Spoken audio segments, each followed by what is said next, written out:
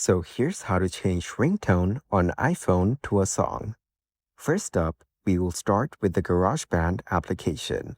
Once you're here, go to the top left corner and tap on the audio recorder icon as shown.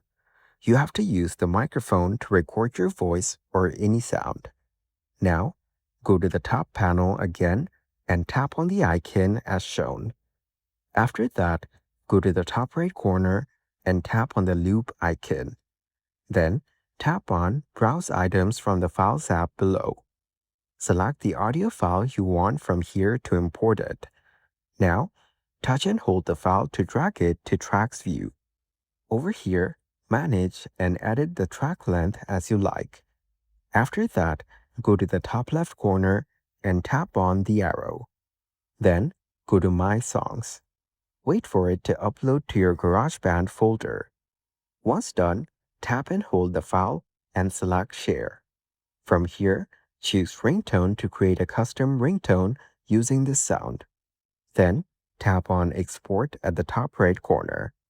Tap on OK. And that's it. You can now easily change ringtone on iPhone to a song.